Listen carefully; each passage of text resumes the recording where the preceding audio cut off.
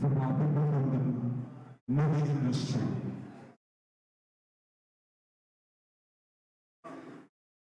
Are you ready? Are you ready? All right.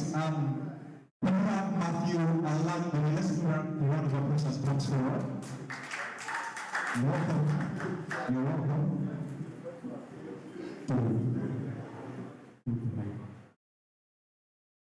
And you can have a seat. That's so icon, yeah? Have a seat there. Thank you. Let's put our hands together for Ella. She is here as she comes forward. Let's put our hands together for Ella. Please come forward, Ella. All right. AK, can we have you? Let's put our hands together for AK. These people are going to be talking to us about the movie industry. They will tell us, give us some insight, things we need to know that we're not, aware of. Some BTS spots. So,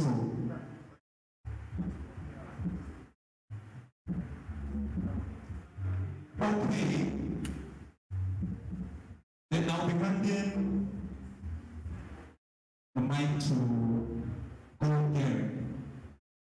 Goldberry, let's give Goldberry a round of applause, please, as she comes forward. Let's give a round of applause, please. Thank you. Thank you.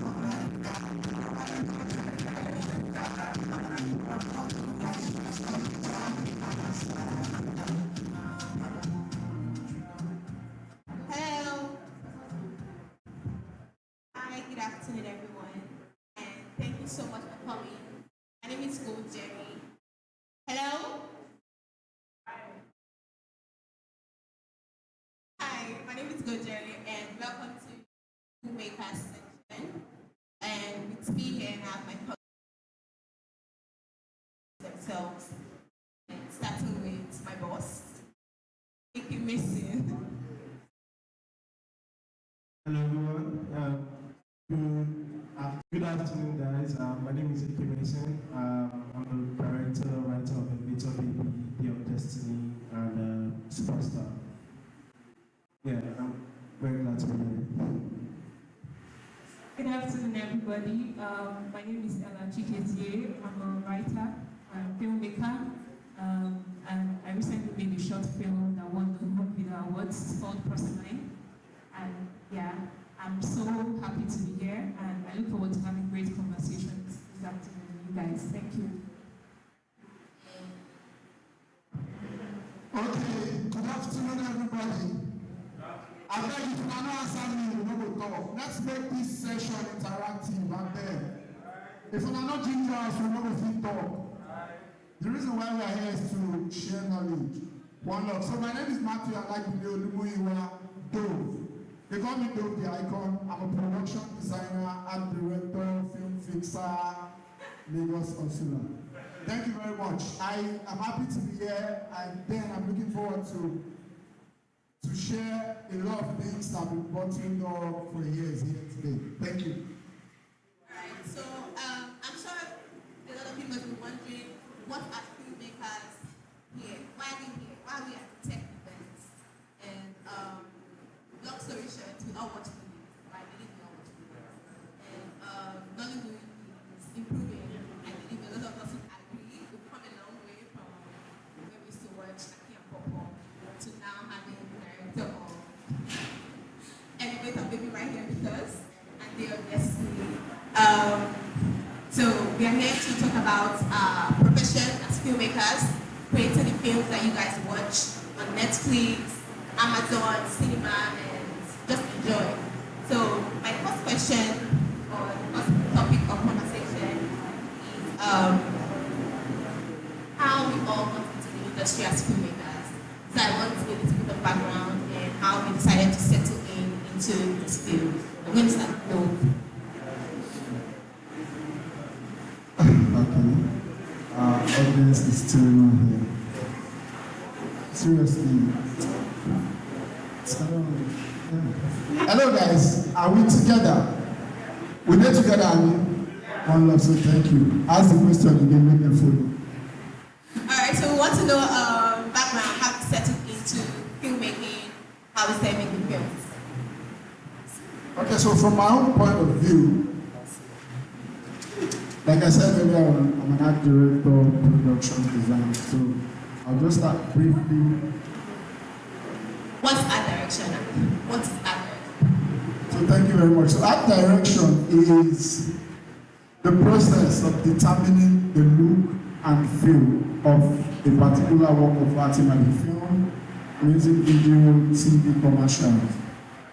We determine what the look is in terms of sets, props, and color palette most times.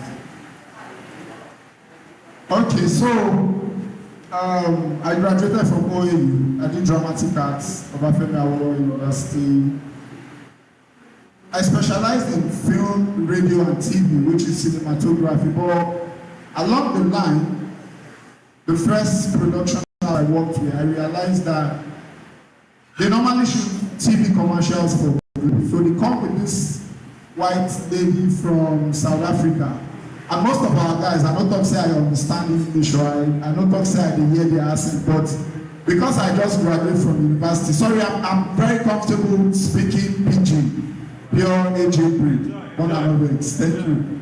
So my boss just felt like, dude, you OAU graduate now. You're supposed to hear the show so you go and they talk.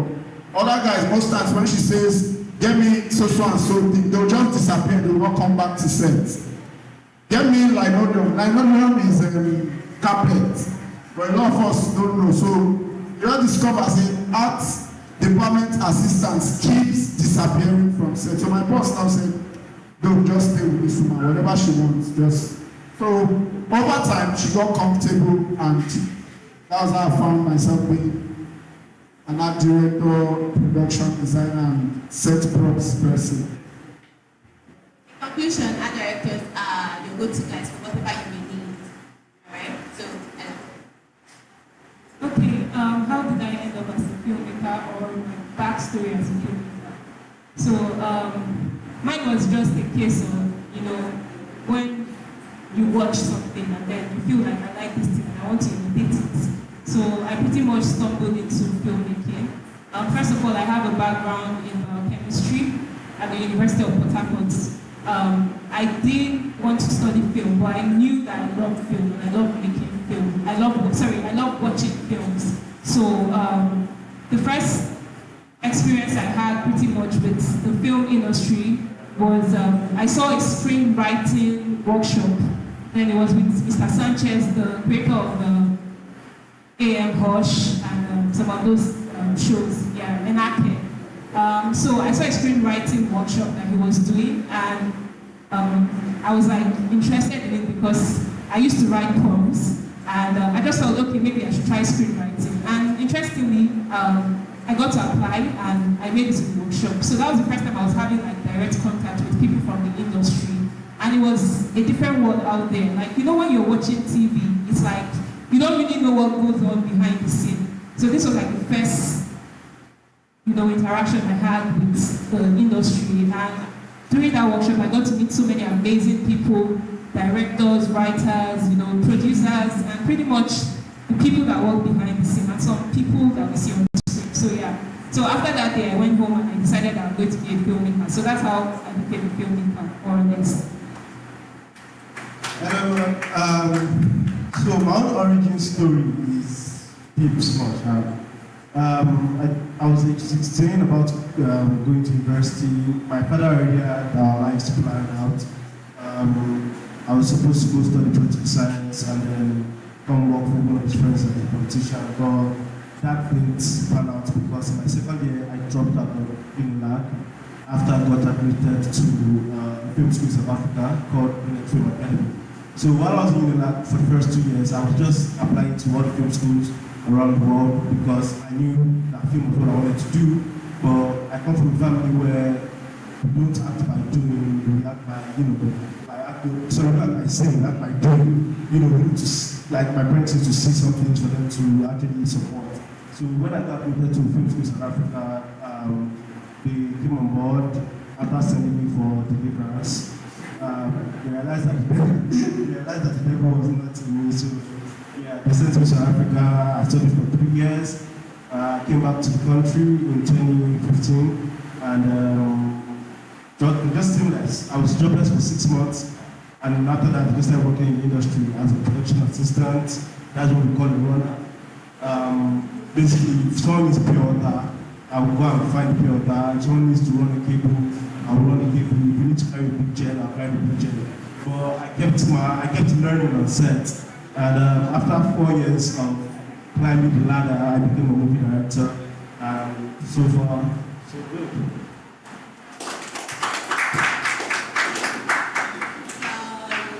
I'm a writer, producer, and how I ended up being in this role in the pretty opposite of a good experience. Because I literally started last year during the pandemic. I was out of a job. I was working as a copywriter for opera. There was no job. I was at home, and then I saw someone posted on a status that writer's assistant. Like, writer. I was like, we apply.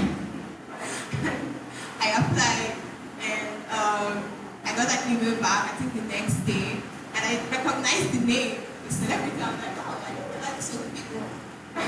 I wrote back, gave an assignment, and I got the job as a writer's assistant, and so I've been here.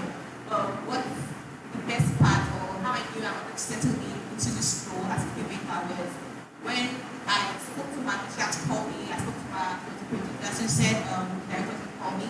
So the director spoke to me, but it wasn't an interview per se. He just kept asking what films do I watch, what am I watching currently. And it was pretty casual, and if you know me, I watch a lot of films. Like, that's what I could do on it. I don't do anything, so we're just bantering, and I checked it later, and I was like, oh, I never taken to this far. Anywho, so that's how making films now with A.A., Ella, and Joe. So I want to talk about, or rather I want to talk about our favorite thing in the industry? Just before we talk about our struggles, what has been our favorite peak moments in the industry? Okay, since I work behind the scenes and not in front of the camera, and I've been privileged to work as an assistant director and a production manager before, I would say most time, for me, the most interesting thing is getting to see like skilled, like a lot of people just skilled in their different areas of expertise, you know, just coming together, that energy, that synergy of, you know, seeing people coming together to make these films that you watch. So yeah, for me, that's like my peak moment. The fact that I get to work with a lot of people from different, you know, space, and we have the sound guy, we have the lights guy, we have the director, we have the arts director, and everybody pretty much. So yeah, that's like one of the things that I enjoy, just seeing everybody in that space working. And as an assistant director, my favorite line is, "We are losing daylight." So yeah, so that's something that's very interesting to me. My peak moments, actually I have two. When I was on set for the first time for Elevator Baby, the first time I got action and I got guts, I realized that, oh boy, what you wanted to do since you were 16, you're actually doing it now, you're actually directing a movie, like it was surreal. So like I actually took a moment to just take it in because it was special. It felt like a lot of suffering and going through this process, and I got to the point where I'm now the director. So that felt great for me.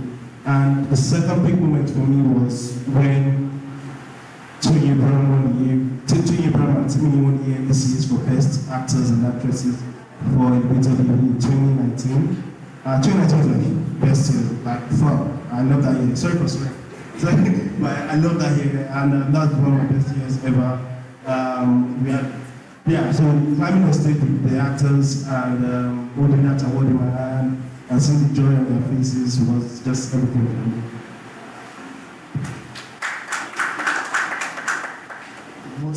Did you say the most interesting moment or big? Most interesting.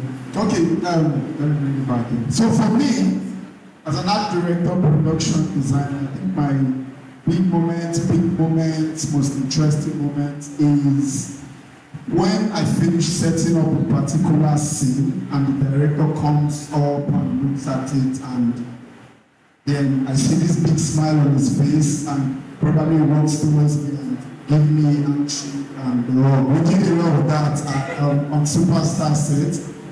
So trust me guys, let me just, so the first time I walked in was on Superstar. We finished some months back, and then it's going to be in cinemas in December. So I got a lot of that, and that was probably like the first big film.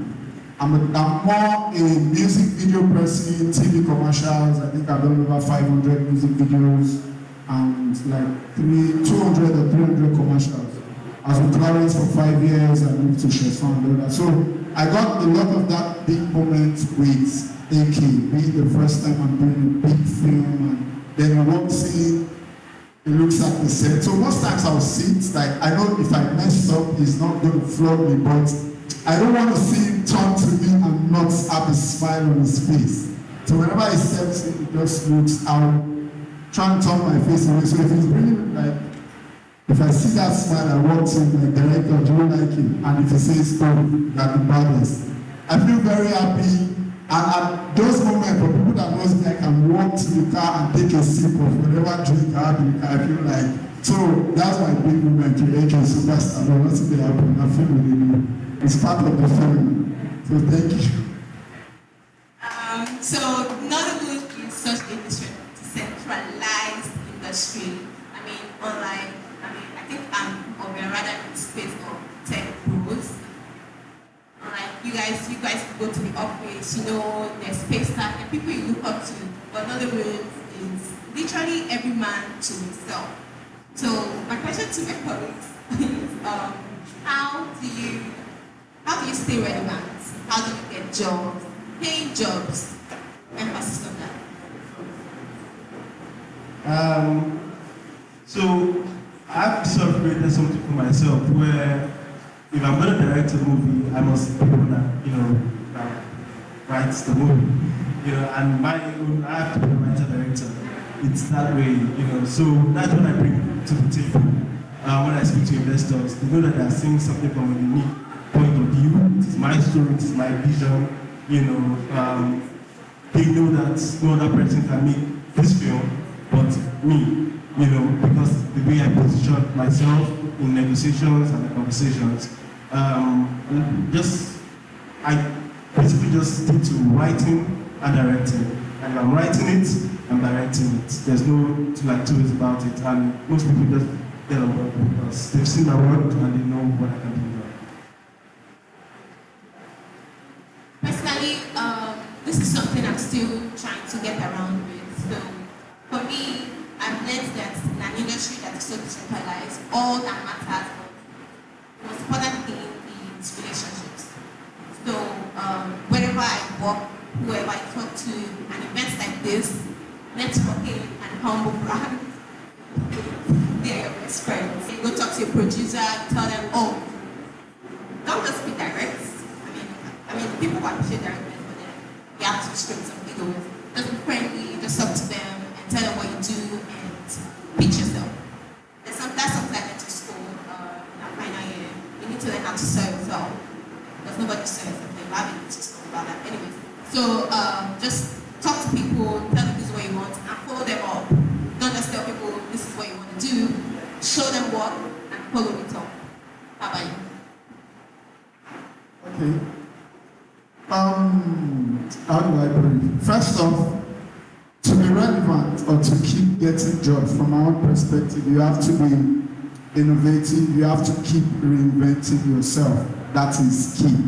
And I think over the years, one thing that works for me is the fact that I'm not good at calling people. If you call me for a job now and I do my job and I go, I might not call you until I see your call again. I'm not really good at calling people, but I try as much as I can to be a good person. The moment you meet me, I give you that impression. I know I'm a good person. Trust me, I'm not even selling any impression. It's who I am.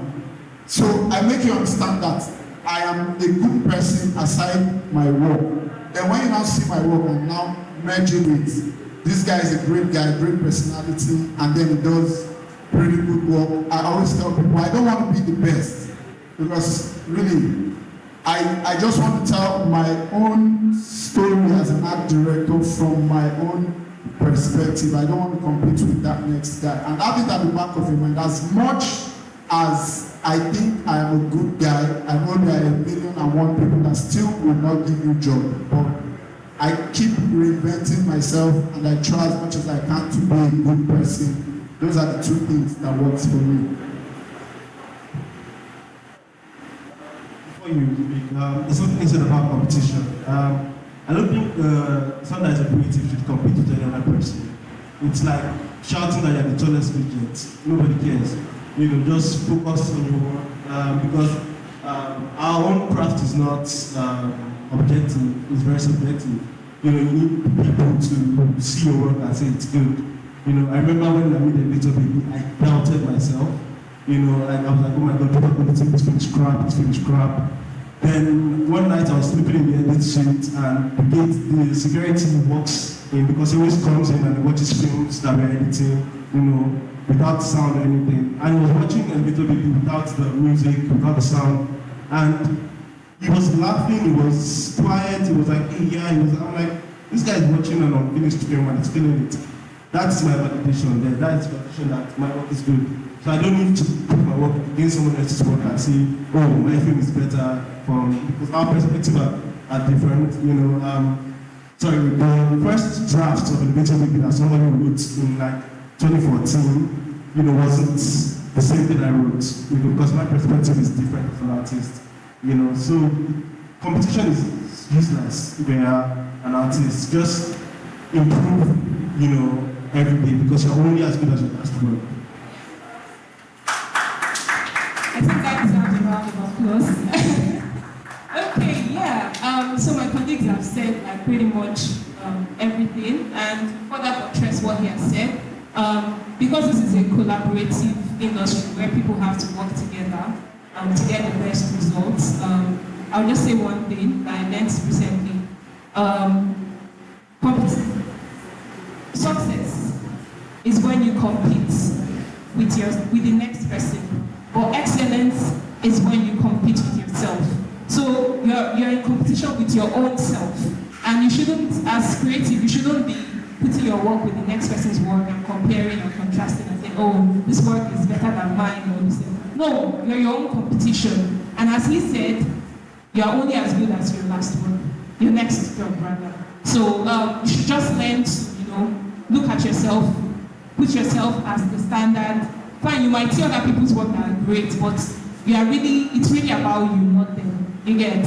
Yeah, how do I stay relevant in an industry like this? Leverage your relationship. Like she said, somebody like me, I believe in working from the ground to the top. So at this point, I would not say I've really made it in the industry. I've blown with my daddy here. But one thing I do know is that I am big on collaborations. And most times I love to collaborate with people on my level. And most of the films I've done are really jobs that I've done with people on my level. So yeah, collaboration and leveraging on the relationship I have with the people on my level. That's one thing that's made me, still in the game. Because to be honest, while you're chasing the big vision, you need to start from where you are. That's very important. And you need to start with the people that are with you. So yeah, that's how I've been able to stay relevant. And also by learning, relearning, and unlearning things. Yeah, and also leveraging on my network and networking with people. So yeah, that's it for me. So we've spoken about competition, comparison, and collaboration. We've also talked about staying relevant and also getting jobs that pay. But I want to know, if we speak so highly of cross-pollination, how then do you get paid? Especially since Ella said you need to collaborate with people on your level. But then if Ella is struggling to get jobs, I'm struggling to get jobs, they'll be struggling to get jobs, they're struggling to get jobs, and then we collaborate. How sustainable is that for your filmmakers? Okay, this is a tricky one. Do you want to go first? Okay, so if I get the question right, say we're all creatives, how do we plan on surviving? Simple. We should be grateful for our current generation because we have access to different platforms thanks to the tech pools in the building. For giving us YouTube and other streaming platforms where we can put our work and ask people watch, and we actually interact directly with the audience and they give us feedback. And once you put out good work, if you work with your friends and put out good work, people will always gravitate towards that. If you and your friends make a bad film, nobody would care. But if you make a good film and you enter for festivals, you enter into for international competitions, you are going to find success at the end of that rainbow, because there's something, and if you reward for good work is more work, something good will come out of it. So it doesn't matter if you guys are a bunch of broke guys starting out. If you do good work, you get a reward. Like you can see from Steve Jobs and Co, from One Garage to immortality, to Facebook from his demo to immortality. It's basically, that's it for me. Just do good work and the reward will come. Okay, really well. So I think let's see now. I said everything I want to say, but basically, just like I said, even if we're all broke filmmakers, the most important thing that comes to fore is the fact that we believe in ourselves, in our abilities. That's why we are collaborating. Then if we believe in our abilities so much and we're able to do something and put it out there is no two ways. Even when haters say it doesn't make sense, there will be this few objective people that will see it and say, this is dope. Money might not come from it, but recommendations. And along the line, you get to that point when you will not be struggling or hustling for jobs anymore. CK made Love Quantity in 2019. Thanks to TikTok, again, tech bros, it blew. you know, and now guys making money from something he did in 2019. And we know the creative process.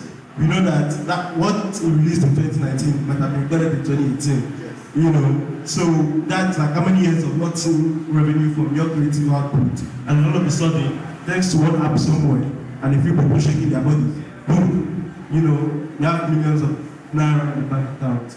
You know, so yeah, do the job, just do the work. I think I agree. So I think my favorite part about collaboration is the fact that I get to know what Ella's dreams could be, what dope dreams are, and also get to pick out what I want from them and expand my vision.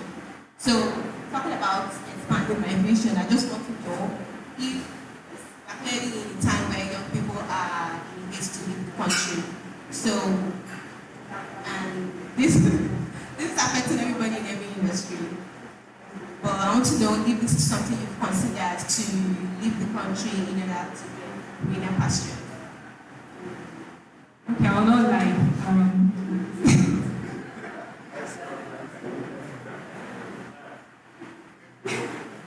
Where are my Japa people in the building that want to leave? Okay, the truth is that our industry is growing, as we know. And to be honest, I will not say if you get the opportunity to leave, that you should stay back. As long as you are going to go and get that knowledge and still come back, I think that works. But for me personally, if I'm given a choice right now to leave, because I'm still in the stage of my development and I'm still trying to break into the industry, and because I believe in constant learning, as I said, I would definitely want to go, get some education and then come back and build the knowledge that I have, because I believe that the gold is here.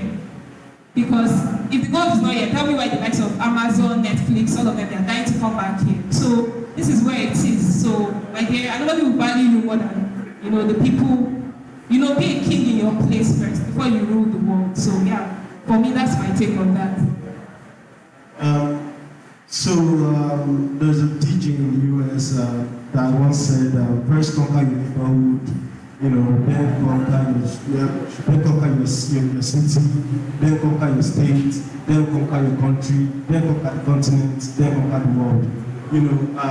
I could have stayed back in South Africa to, break into that industry, which would have taken a longer period of time, but, it is possible. But I'm sort of dedicated to making movies for Nigerians, because I saw what's happened with the music, industry. A lot of the guys that kept on pushing, once the opportunities came, Nigerians love entertainment. Nigerians will reward you greatly if you entertain them the right way, and I've actually experienced that sort of reward in my life. Both monetary and favors, and just people just do good to you. Nigeria will reward you if you do good work. That's what I believe. And also, I'm not going to leave this country when HBO and Amazon and Disney Plus and Netflix are just coming, and 2022 is coming to take over the industry from us. These guys are coming, and I'm not going to allow you. That would be very stupid. But yeah, the smart thing to do would be to stay and take advantage of these opportunities, because African voices matter now. Black lives matter. And because at the end of the day,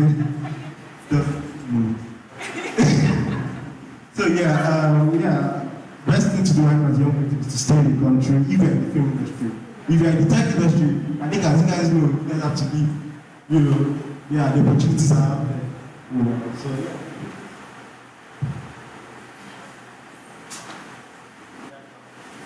Okay, truth be told, from my own point of view, I'm indifferent about leaving Nigeria.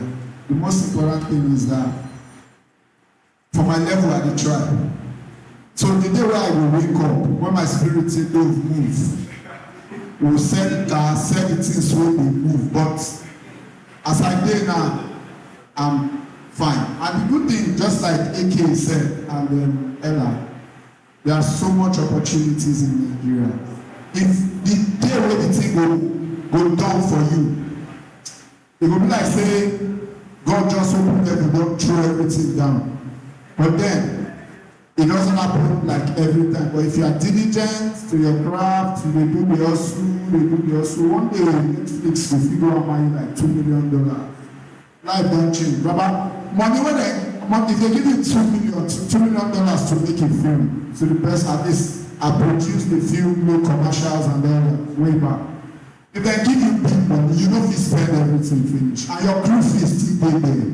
Service charge there if now you produce them and all that, contingency and all that. The money they pay. If you go abroad, they just you know they're too easy like that. So for me, I'm indifferent about Japan. Nigeria is sweet. We get something we fit do for you, we don't fit do for our. Thank you. Personally, I think to each his own. I feel like living is for you. You feel like living, leave, baby. If you don't want to stay. So I feel like a lot of people, when they think about Bollywood films, they think cinema or at most Netflix. But there are a lot of films that don't get to make it to cinema, and there are a lot of films that don't get to make it on Netflix. So as people in the industry, do you think there should be a unique platform, especially for, aside from feature films, there are short films, there are also documentaries, and there are a lot more than Hollywood does. So do you think that there should be a unique platform for people to watch Hollywood productions? What I would say to that is that fine, there are cinemas, there are Netflix, and there are the other people coming. But even if you're not able to, get on TV, maybe Africacomicade or cinemas, there are free platforms, I believe, like YouTube, there's Vimeo, and there are some other, free platforms like that. SVOD platform, I think video on demand platform, where you can put your content and get monies from it. Like, I know one very recently, I think they reached out to me for my short film. And it was interesting to me because when I was making the short film, I was told that there's no how I'm going to monetize this content. But now, like with the emergence of like platforms like that, like I'm able to monetize even my short film content. So yeah, I think that people are building platforms like that, and even if you want to make your film, there are already platforms that you can use. It doesn't have to go to cinema, it doesn't have to go to Netflix. So yeah, a Nigerian platform, I don't really think it's necessary because you can open your own individual YouTube channel and put your own content on it. That's my take on it. So yeah. So personally, there are festivals happening in Lagos. I don't know about other places, but there are festivals, free festivals that you could attend just in case you want to see films by indie films. There's an Instagram, I think they have it every quarter. You see at least 5 to 6 short films. It's called indie films. They hold at indie Lagos at Freedom Park. Currently, there's the Lagos Free Festival. And recently, they just finished the Africacomicade Festival as well. So there are festivals to where you can see films as well. I think indie films is actually a great one. That's why I showed my first short film, and I think it's a great community. I go there once in a while. They screen a movie every month, right? Once every month, yeah. It's a great community where you get to meet other filmmakers and people watch the films and give feedback. Getting feedback from the film from the audience is different from getting feedback from filmmakers. When you get feedback from filmmakers, you learn a lot more. When you get feedback from the audience, you feel a lot more. It's more emotional for you than So I see the MC standing over there. It's rushing you guys. So I'm going to round up with one question, and then we're going to watch our trailer, Superstar the movie. So the question is, what has been your biggest struggle in the industry, and how are you overcoming it?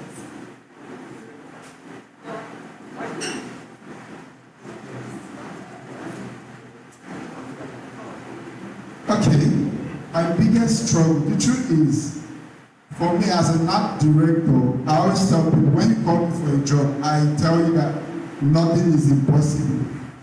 I am that guy. I believe everything is possible.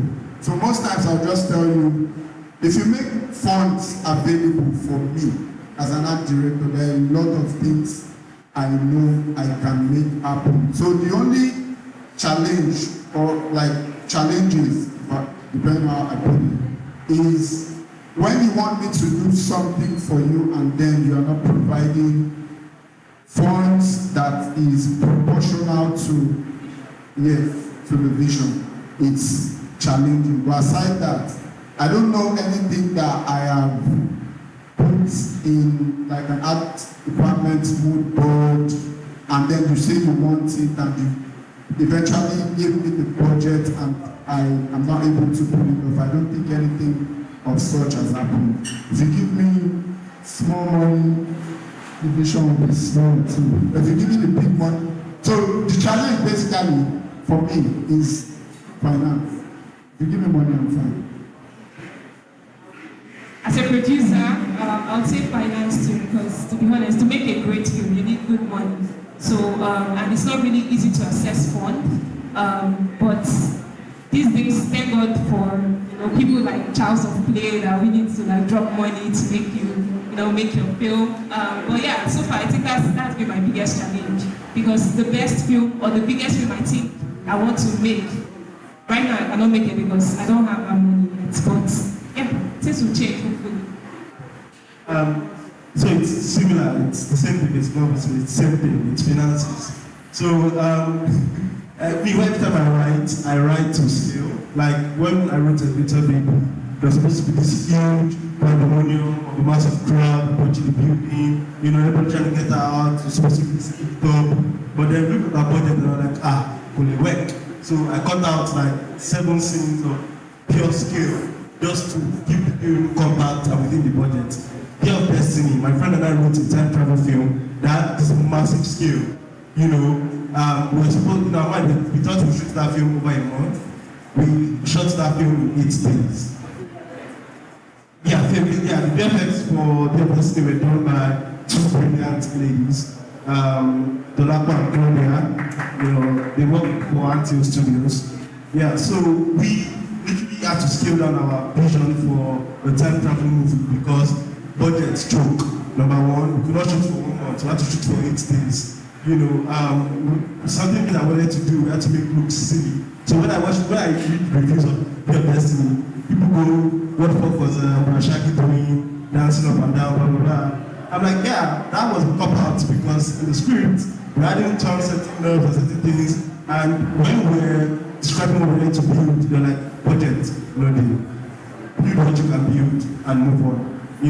Superstar, similar, but I was giving more, than my 2 previous films for Superstar. Superstar at this massive scale that we didn't get a massive scale, but we got scale, and we made the film look very good. So I'm used to working with what I have, but I really would like to get to the position at the level where I won't have to compromise my vision because we're thinking about the bottom line of making money back.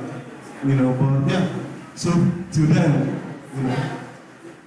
Also another challenge is that Nigerians don't watch Nollywood. Please watch Nollywood, because we invest so much to make the films work. So please, I beg, help our industry. Alright, hey guys. Oh, you have questions? You have questions? Do you have a question? Just 2 questions, yeah. Oh. Just 2 questions. Talking about finance, do you think that the problem is that Nigerians don't understand what that goes into creative? Because do you think the problem is that Nigerians don't understand what that goes into creating? Or like, everybody has problems about things to become stuff. And if I'm looking from my industry, people don't understand that I'm not going to sit down on my laptop and create a part for you. It's not possible. I need money to do that. Do you think that's the problem?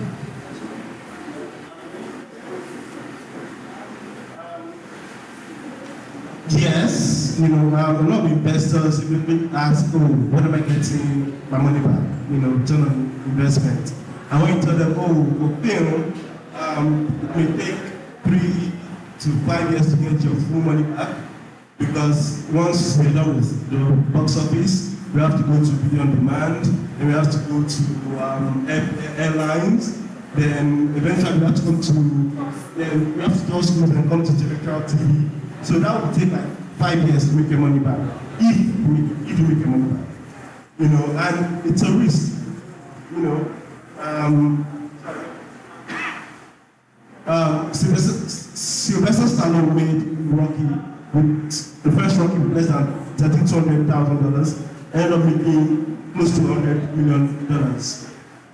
He took the risk, he got the reward. At the same time, Nolan spent $200 million or $220 million on Tenet, spent an extra $180 on marketing Tenet, and Tenet didn't make up to $150. That's a risk, that's a loss. So it's a game, you have to be willing to play the game. So, yeah, that's it, it's a risk. Most people are willing to take the risk, you know, most people aren't. But I feel like our investors should be bold and don't think about return on investment, think about building an industry. You know, once we start making movies that make Nigerians select Nollywood over Hollywood, same way they select Nigerian music over American music, you know, that immediately translates to return on investment, because more people go to cinemas and more, you know, income will be generated. That's why I think. I don't know it.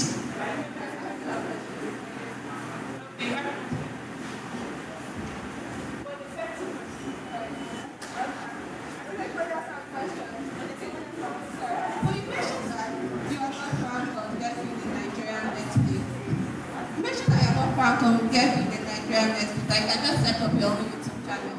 But don't you think that Netflix has opened for so many movies that we never knew existed? But like, if there's a Nigerian Netflix, we can, like, I don't understand how Europa TV works. Well, Europa TV was before the skills that, or the one platform that foreign people could watch Nigerian movies. So if you have like the Netflix skill, because right, on Netflix I only watch foreign movies. I didn't watch like I watch Malaysia and European movies. Sometimes I watch Nigerian movies, but most times I'm exploring other countries over the usual US or UK movie. So like if we have that, I don't think that many people explore. To be honest, you're like so many platforms like that, as I said before. I think what is close to like the Netflix of Nigeria is Ibaka TV, Iroko TV, Showmas. Like these are platforms already that are already there. So it's just, even if you don't take it to YouTube, there are still those platforms. So that's what I meant. And to now throw the question back to you, you said something that you actually have Netflix, but you don't even watch Nigerian Netflix. You rather watch.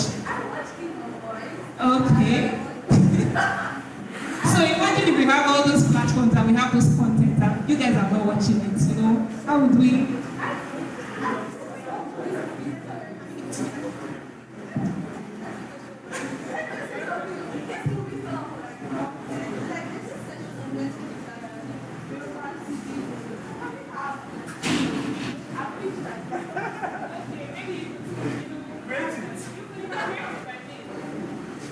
All right then.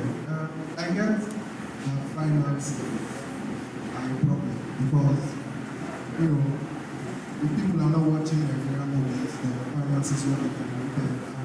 Without that budget, you can't make better movies, understand? But my question today is there ever a real budget for VFX?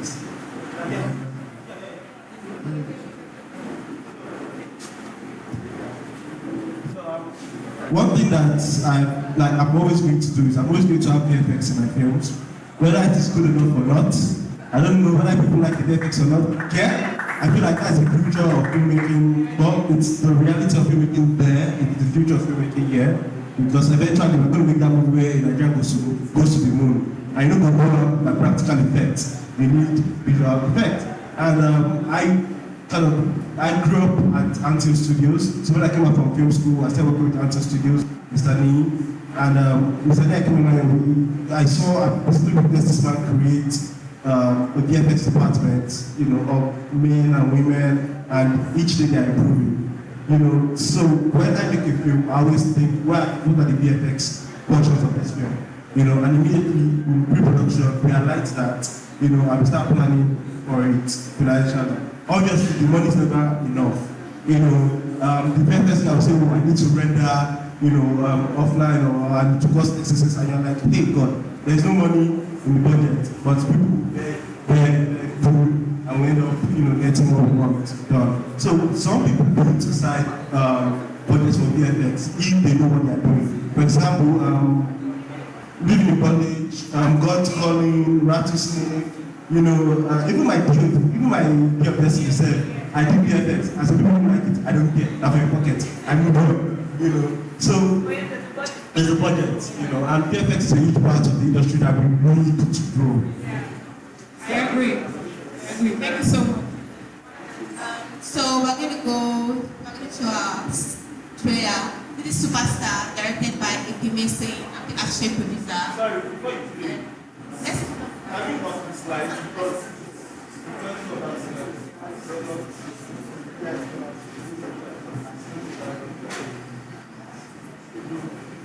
Superstar is coming out. It's coming to the cinema on December 29th. So get your coins. This is an in-block production with Film One.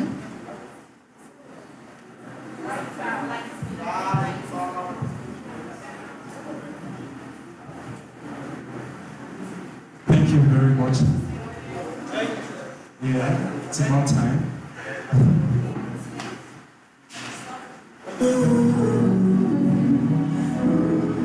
Okay, let's enjoy. Ever since I can remember, I wanted to be an actor.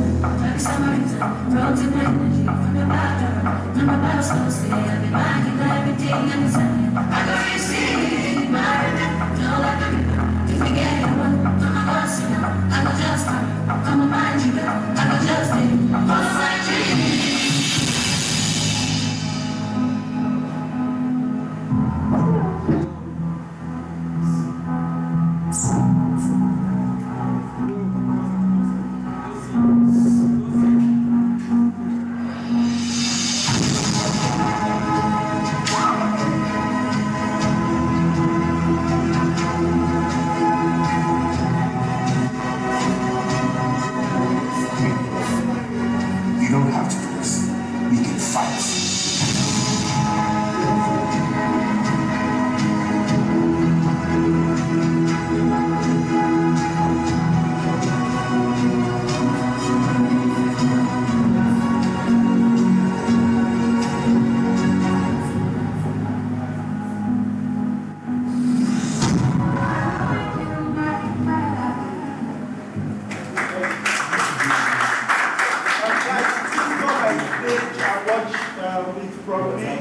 The audio didn't sync here because of all the sending and stuff, but yeah, it's showing, the trailer is showing in all cinemas before every movie, and the movie's coming out on the 29th of December. Yeah, it's a great movie, I think you guys will enjoy. But to man and woman to watch it, to enjoy it together. And but don't go watch it for the sake, it's sad. So go be somebody, whether the real person is a certain person.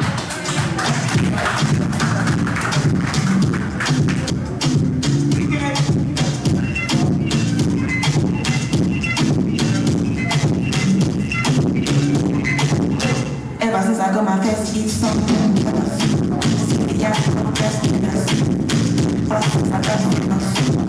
I don't think I could have done this.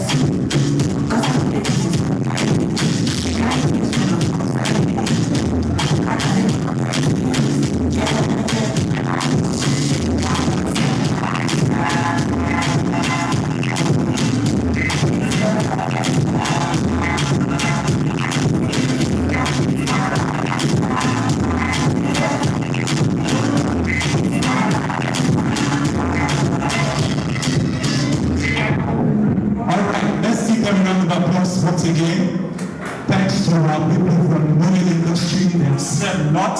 they have done very well. A round of applause for them once again.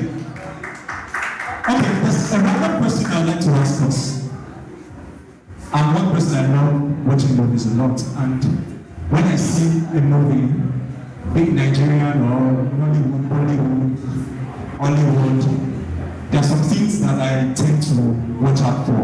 I want to ask one or two persons. What do you watch out for when you're seeing a movie?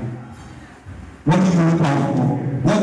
What are your expectations? You have expectations. We all have expectations when we are seeing a movie. There's a reason why you want to see a particular movie you want to see, right?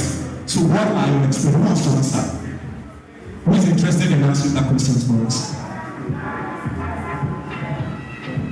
You want to see a movie and something just interests you, so you have to tell us if it's a Nollywood movie or a Hollywood movie or Bollywood or whatever movie.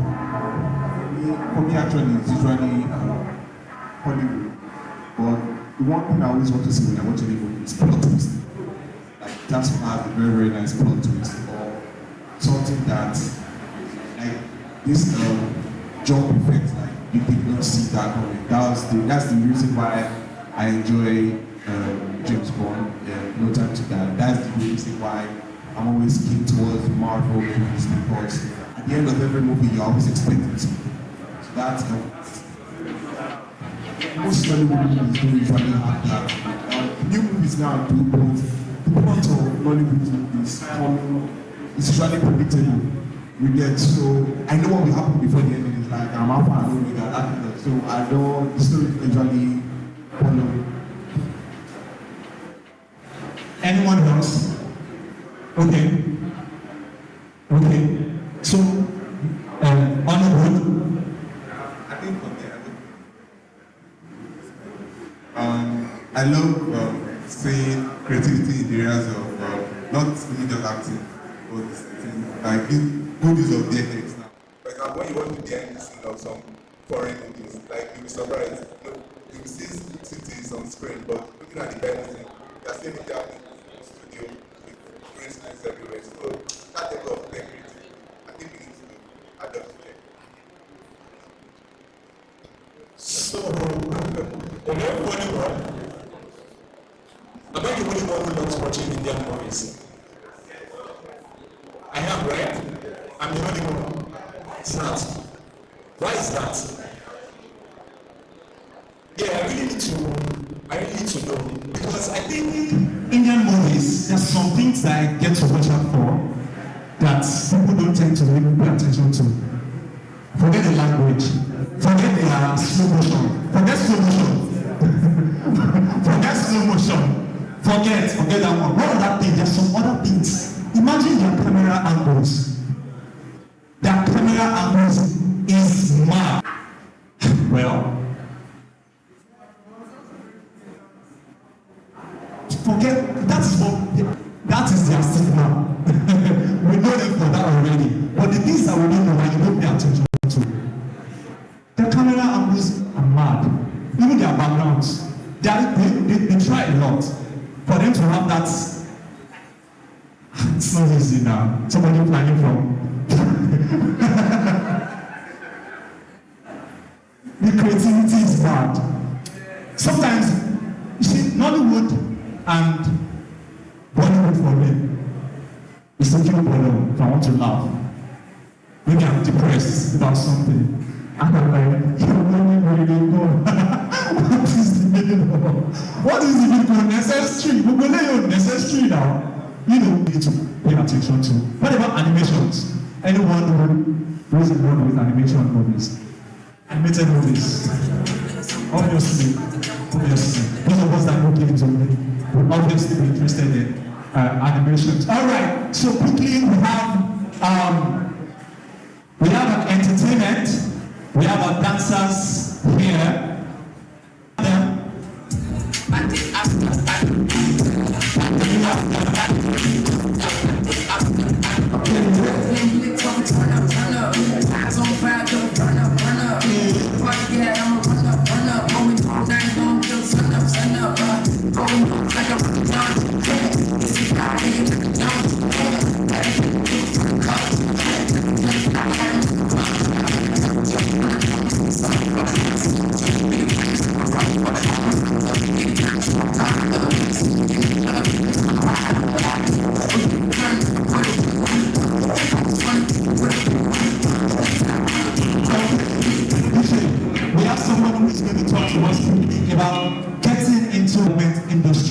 This person is going to talk to us about getting into the game development industry. Let's put our hands together as I welcome Wayne. Wayne, please come forward. Thank you. Wayne, that's Wayne.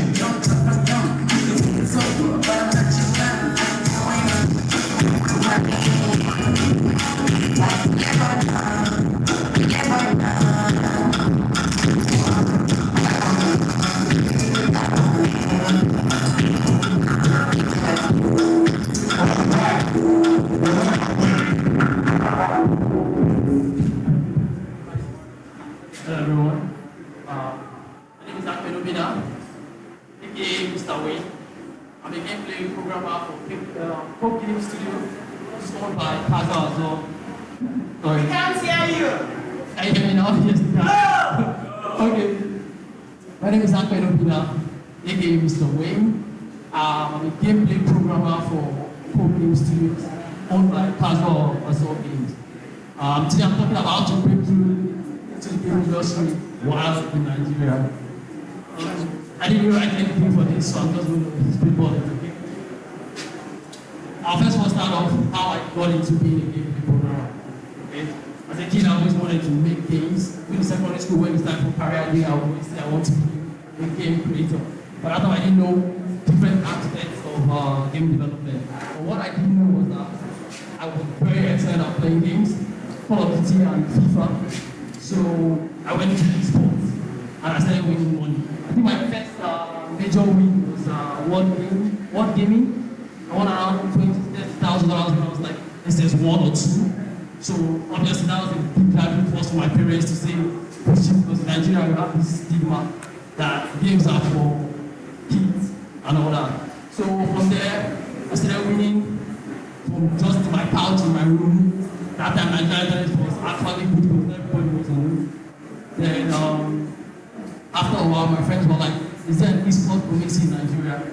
And I started looking about, and actually there was. Then I had events that was called Tech Plus, where every African gamer comes together to try and see who's the best. I think the first one I went for was 2017. Then I won the best multiplayer in Africa 2017. 2018, I went for the same events and I won it back to back. Then June, I started up their own events and I started winning FIFA tournaments from there and also competition tournaments. So yes, I was making a little back from all that. Then eventually, we can't play games at the highest level forever. Okay? And I always wanted to be one of the people that are making games. So I sat down and told myself which part of game development will I want to be. And I said, okay, sat down and looked through it. There was game designer, director, animation is UI. But I wanted to be the guy at the back, you at the front. So I went for gameplay programming. Okay? So that's how I ended up as a gameplay programmer. So now I'm just going to talk about a little bit of success that I had in it. Then I'll talk about the advice that you can see, which I use, or I'm still using right now. I just skipped right now.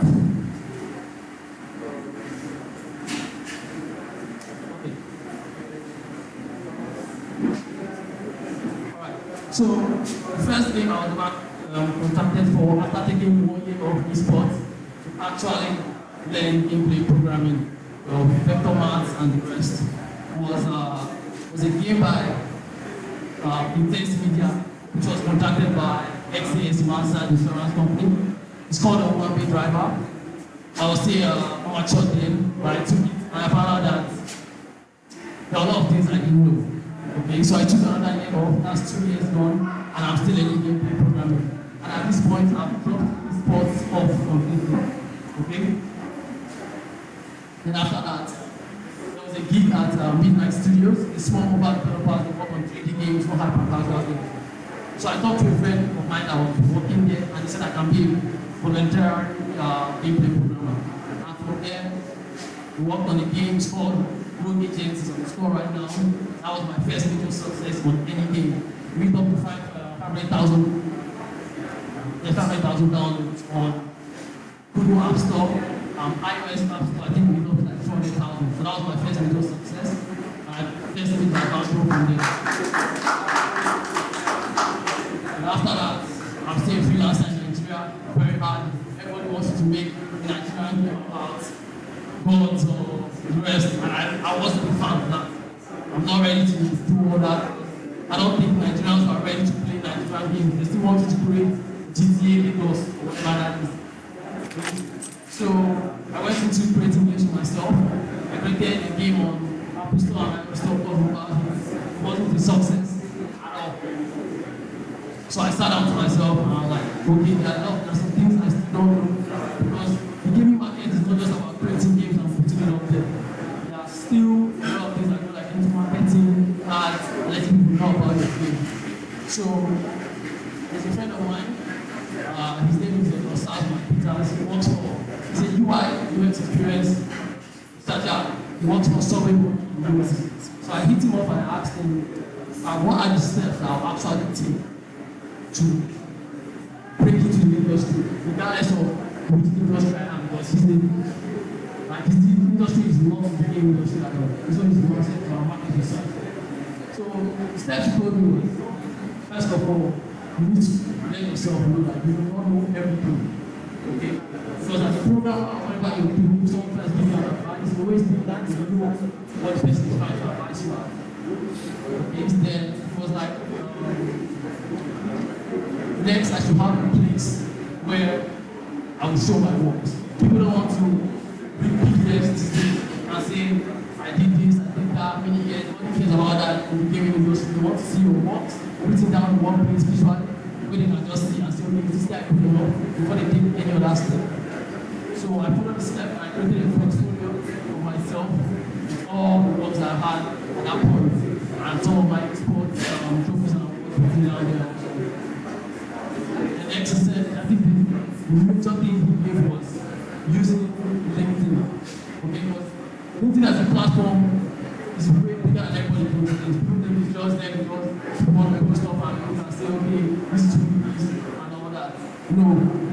First thing he said was, create a LinkedIn profile, get connections, and all those top companies you're looking at, that check, go to their profile, look for people under them, and there's always, no matter where in the world, there's always a Nigerian there willing to help somebody. There's always a black man every single company. Message him regardless of anything. Say how you say this is what you do, there are any rules available to try and help you out. So I did that for a while, maybe like a month. I didn't get anything. Then after that, I started getting a lot of job offers and all that. And that's how I ended up at Tokyo. So they messaged me. I created a prototype for that game and I'm working for them last week. So my advice of just breaking into the game industry is letting yourself know what you want, sitting down and practicing on that, and if it's creating games or if you're actually going to be creating games that don't need UI, UX or the rest, participate in game jams a lot. There are more than a million game jams every single year. Just participate and hone your skills. Definitely try and put some things on the platform. It can be Steam, it can be mobile, it can be consoles. Just let your work be out there. And believe me, you have a place for all that to be shown. You have a LinkedIn profile, and you're striving to be the best at what you're doing. Because believe me, gameplay programming is very competitive, and if you don't stand out, you are not going to make it. Okay, so you have to stand out. And that's really everything that has to do. Thank you again. My name is Mr. Wayne. I hope you talk good. If you have any questions now, okay, any questions you want to ask about game development in general? Is here to answer us. And were we able to even capture anything he said? Okay, I believe we all got everything he said and we all understood it. Thank you very much, Mr. Well, let's give him a round of applause once again. So we are going to have our dancer. DJ.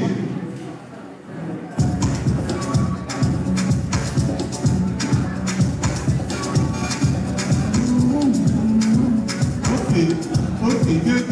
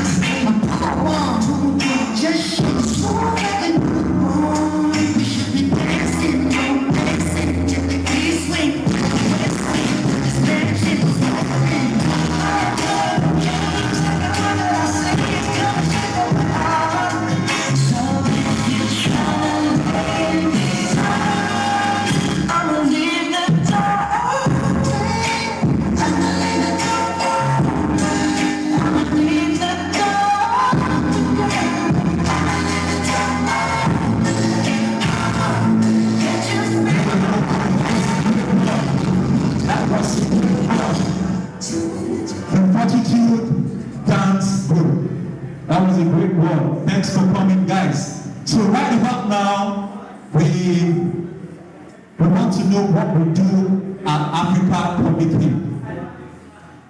So I'll be introducing or welcoming our man, my guy, the most. This time I want to talk about someone who does things in amazing ways.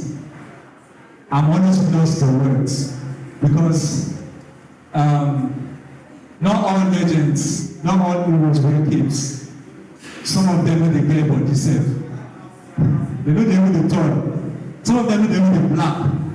They just hair small, come carry air. Some of them they plate air, you know, and some they use bubble. Some they use recommended, some they use recommended, some they use by force. They do dreadlocks. So this my man, well, he's my boss. I call him my boss because he was my employer, and that was how I got to know him. And since then, he has been doing great, and he has not stopped since then. And that is why we are gathered here today. Let's put our hands together as I welcome Oscar.